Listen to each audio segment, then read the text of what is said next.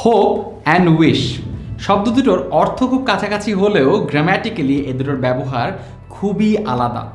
Hope সাধারণত এমন অংশে ব্যবহার করা হয়, এমন জায়গায় ব্যবহার করা হয় যেখানটাতে আপনি যে জিনিসটা চাচ্ছেন সেটা হওয়া সম্ভব, সেটা হওয়ারই কথা, সেটা আপনি আশা করছেন, এখনও আশা করছেন যে সেটা হবে, বা আপনি আশা করছেন যে সেটা হয়েছিল, আপনি শিওর না সেটা হয়েছিল কি না, কিন্তু আপনি আশা করেন যে সেটা হয়েছিল।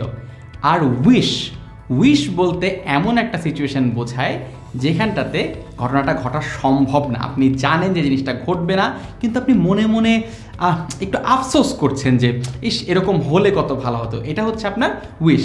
কিংবা অতীতে এমন একটা ঘটনা ঘটে গেছে যে ঘটনাটা আপনি চাইতেন যে অন্যভাবে হতো, বা হয়তো আপনি সেটা হয়নি কিন্তু আপনি চাইতেন যে সেটা হতো।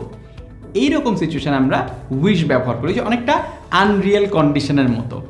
এই দুটোর ব্যবহার যদি আমরা একটু এক্সাম্পল দিয়ে বলি তাহলে আমরা গ্রামাটিক্যালি এটার পার্থক্যটা কি সেটা বুঝতে পারবো। আমরা হোপ দিয়ে একটা প্রেজেন্ট টেন্সের বাক্য যদি চিন্তা করি, আমি যদি বলি we hope that they will come, we hope that they will come, এইখানটাতে আমরা আশা করছি যে তারা আসবে।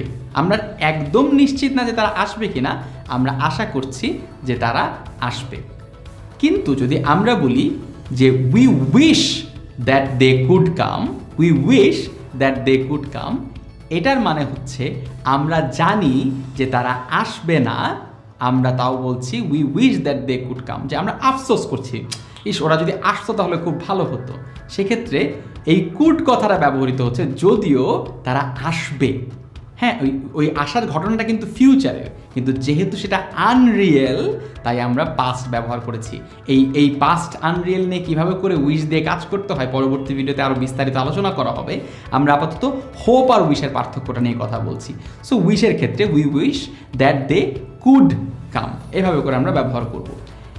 ধরুন we hope that they came yesterday, এইটার মানে কি? আপনি অতীতের জিনিস আশা করেন কিভাবে? এটার মানে হচ্ছে যে তারা এসেছিল কি না জানি না, আমরা জানি না যে তারা এসেছিল কি না, কিন্তু আমরা আশা করছি যে তারা হয়তো এসেছিল। এটা আমাদের প্রত্যাশা তাদের কাছে যে তারা নিশ্চয়ই এসেছিল, এরকম একটা ধারণা আমরা করছি। এই হোপের জায়গাটাতে আমরা যেহেতু জিনিসটা অতীতের হয়ে গিয়েছে, আমাদের হোপ দিয়ে আসলে কিছু যায় আসে না এই মুহূর্তে, এটা জাস্ট আশা করা, ঠিক আছে?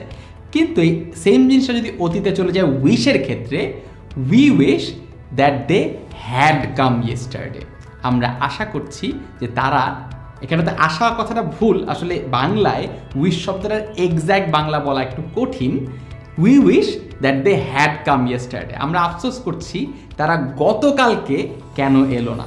পার্থক্যটা বোঝার চেষ্টা করুন। আমি যদি বলি we wish that they could come, তার মানে তাদের আসার সময়টা আসন্ন, কিন্তু তারা আসবে না আমি নিশ্চিত, এবং আমি উইশ করছি, আমি আফসোস করছি যে তারা আসলে খুব ভালো হতো।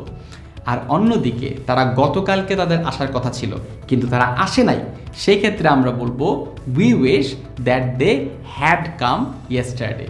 হোপ আর উইশের মধ্যকার পার্থক্যটা এই ভিডিও থেকে খুব ভালো মতো বুঝে নিতে হবে। হোপ মানে এমন জিনিস আশা করা যেটা হবার সম্ভাবনা রয়েছে, আমরা মনে মনে চাইছি যে হোক, কিংবা মনে মনে চাইছি যে সেটা আদৌ হয়েছিল। আর উইশ মানে এমন সব ঘটনা যে ঘটনাগুলো আমরা জানি হবে না, আমরা জানি হয়নি, তবুও আমরা মনে মনে আফসোস করছি। পরবর্তী ভিডিওতে উইশ শব্দটি বিভিন্ন টেন্সে কিভাবে করে আচরণ করে সেটা নিয়ে বিস্তারিত কথা বলবো।